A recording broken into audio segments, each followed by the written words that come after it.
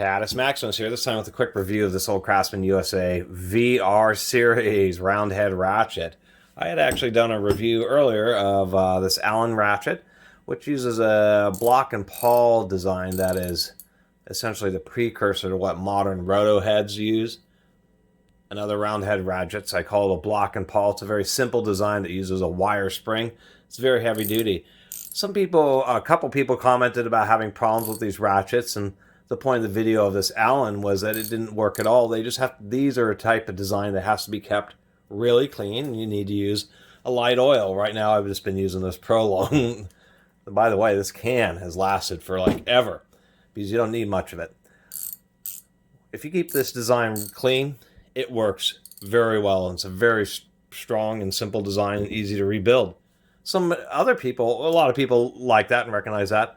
Somebody commented it looks like a Craftsman version, so I went to my favorite old-timer tool shop and was able to dig up one of these Craftsmans that appears to be exactly that. The same design and made by the same company that made this Allen.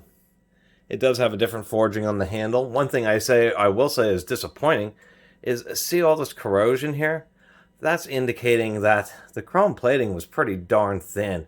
So thin that there were just a tiniest little nick or something, even an area where the chrome plating itself was so thin that individual water molecules would get in there, and once they get in there and cause a little bit of corrosion, causes the chrome to expand and flake up, and then as it flakes up, it expands, allows more water into it, and that's how you get this weird kind of splotchy, cancerous corrosion, is when you have really insufficient chrome plating.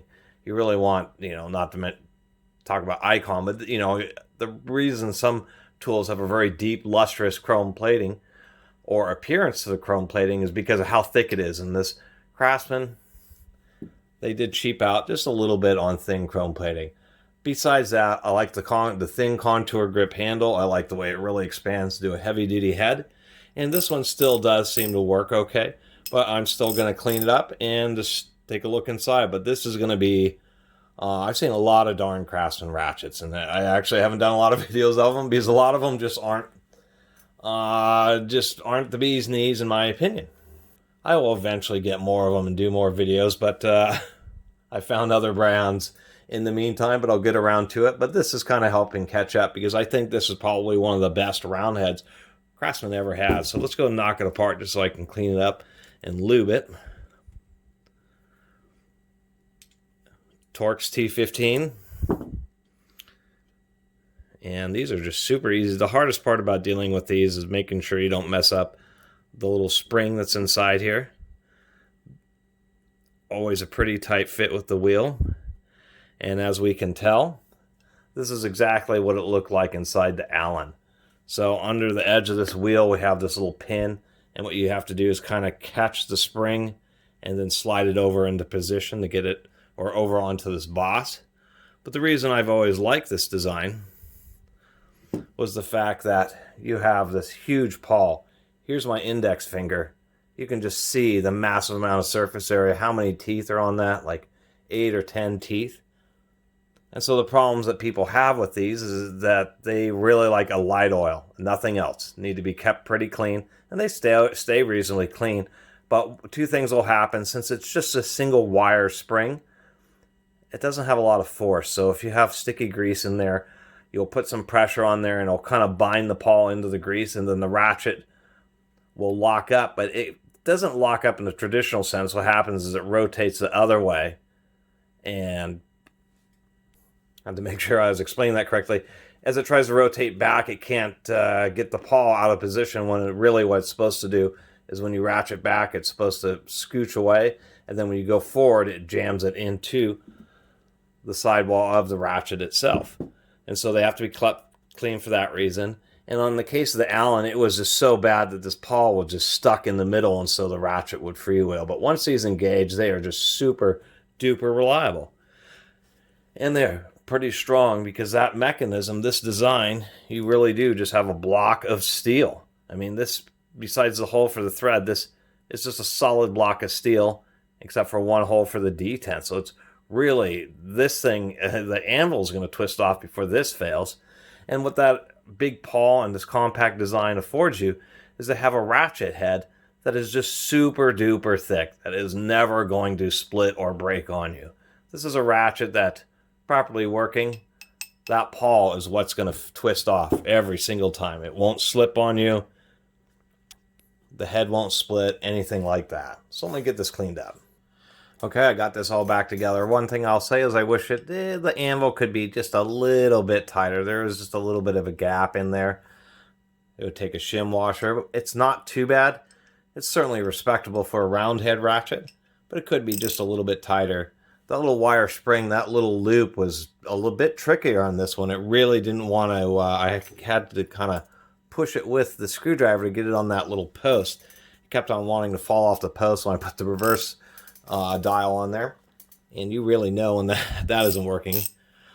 The thing about these ratchets, once you clean them up and do get them reassembled properly, they really are pretty nice. That paw is just huge. The ratchet head is super thick, but it's such a compact design that the size of this head really isn't any wider than a regular pear head ratchet. I mean, it may be just a little bit wider, but it's certainly pretty compact and just super heavy duty. The detent on this isn't too bad either. Actually reasonably strong, not super duty. You need a screwdriver to remove it, but it still isn't too bad. And so I've really begun to appreciate these ratchets, and now I have a Craftsman 1/2-inch version and an Allen 3/8. All I need to do is dig up probably another Craftsman 1/4-inch version. But the other nice thing is just how low the backlash is. It is just, it's a pretty big socket. Even without the socket, I can just turn it with my pinky, and can be very rewarding. A lot of people really like very low back drag ratchets, and so these Craftsmans and these old Allens are pretty hard to beat in the low back drag department. You just, once again, got to keep them real clean, and if you do, you'll be rewarded with a pretty smooth operating ratchet.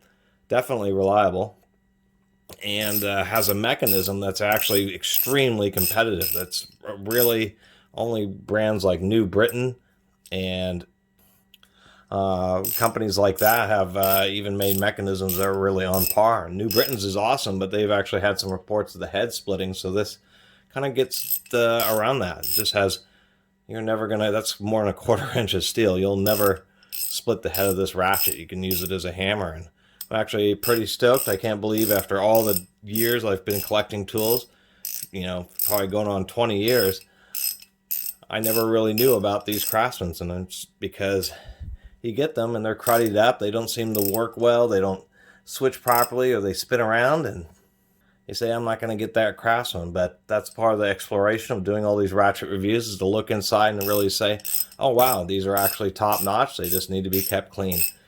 I think I've repeated myself enough. I'm actually pretty stoked about that ratchet. Anyway, I really appreciate everybody who's been watching and subscribing. And if you haven't subscribed, please do. Until next time, Catus Maximus out.